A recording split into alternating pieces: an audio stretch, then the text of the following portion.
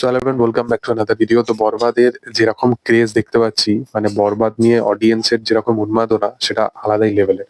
মূলত একটা কথা বলে রাখি যে বরবাদ নিয়ে যে সমস্ত বলা হচ্ছে না, 200খানা সিঙ্গেল স্ক্রিন, সেখানে শাকিব খান হোল্ড রাখতে পারছে না, আমি বলছি এগুলো পুরোপুরি একটা নেগেটিভিটি চলছে। এগুলোতে পা দেবে না। এগুলো মানে তোমরা যেটাতে অটল আছো, এবং সাকিব ফ্যান্সদের আলাদা করে আর কিছু বলার নেই। সাকিব ফ্যান্সরা পুরোপুরি ভেবেই নিয়েছে তারা কি করবে, এবং তারা সিনেমা দেখতে যাবেই, এবং তাদের প্রথম প্রায়োরিটি বরবাদ, এবং বরবাদের পর আর কোন সিনেমা দেখবে সেটা পরে তারা ভাবনা চিন্তা করবে, কিন্তু এখন তারা মূলত কিছু ভাবনা চিন্তা করতে পারছে না।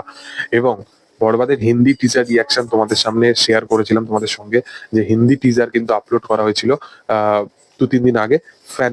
ফ্যানমেড হিন্দি টিজার, মানে অরিজিনাল কিন্তু তাদের মেকারসের তরফ থেকে করা হয়নি, বাট বরবাদের যেরকম ফ্যান্স আছে বা মেগাস্টার সাকিব খানের যা ফ্যান্স আছে, তারা মানে একটা ফ্যানমেড টিজার বানিয়েছিল, যেটা কিন্তু হিন্দিতে শুনতে ব্যাপক লাগছিল।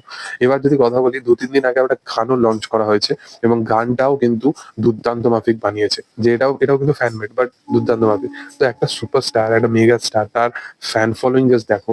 এইরকম কিন্তু ভালোবাসা, অডিয়েন্সের ভালোবাসা, সত্যি কথা বলতে এরকম দেখা যায় না। মানে গান বানানো হচ্ছে, টিজার বানানো হচ্ছে, মানে এগুলো একটা আলাদাই লেভেলের। এগুলো লিটারেলি আমি বলিউড, সাউথে এগুলো অনেক হতে দেখি, বাট বাংলায় মানে মেগাস্টার ছাড়া এটা কেউ করতে পারবে না।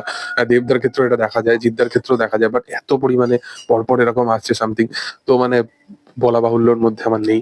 এর সাথে সাথে আরেকটা যেটা আপডেট উঠে আসছে, দুটো আপডেট উঠে আসছে, সেটা হচ্ছে যে বরবাদের মেকার্সরা এই জিনিসটা জানিয়েছে যে বরবাদের যখন মুম্বাই শুটিং হচ্ছিল, তখন বরবাদের মানে যেরকম লুক এন্ড ফিল সেট ছিল, সেখানে মুম্বাইয়ের লোকেরা দেখে মানে শাকিব খানকে বুঝতে পেরেছে যে এটা কোনো একটা বিগেস্ট সুপারস্টার হবে। এবং এই ছবিটা যে 15 কোটি বাজেট নিয়ে শোনা যাচ্ছিল না, এই ছবিটা 15 কোটি বাজেট প্লাস। কিন্তু এই ছবিটার বাজেট, এই ছবিটার লুক এন্ড ফিল সেট কিন্তু সেটাই বলছে।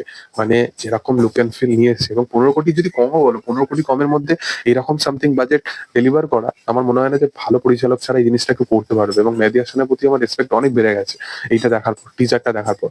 এবং বরবাদের মেকাররা জানিয়েছে যে মুম্বাই যখন এটা শুটিং হচ্ছিল, যে সমস্ত অডিয়েন্স সেখানে ছিল, তারা মানে বরবাদের সেট আপ বা লুক এন্ড ফিল দেখে তারা বুঝে গেছে এটা কিন্তু বিশাল একটা বড় প্রজেক্ট হচ্ছে, এবং তারা সবাই শাকিব খানের কাছে এসে ছবি তুলছিল। মানে বুঝতে পারছো যে একটা এইরকম বাজেট একটা সিনেমাকে কিরকম look and feel set up দেওয়া হচ্ছে।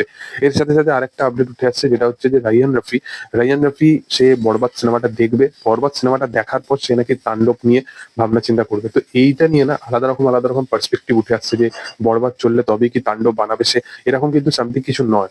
আমার মনে হয় যদি এরকম কিছু হয়ে থাকে, তাহলে সে বরবাদে কতটা রিচ, কতটা কি আছে, সেই সমস্ত কিছু সে একবার চেক আউট করবে, তারপরে সে নিজের সিনেমার মধ্যে সে আউটপুটটা আরো দিতে পারবে, সেখানে আরো ব্রুটাল সিন গুলোকে বাড়াতে পারবে।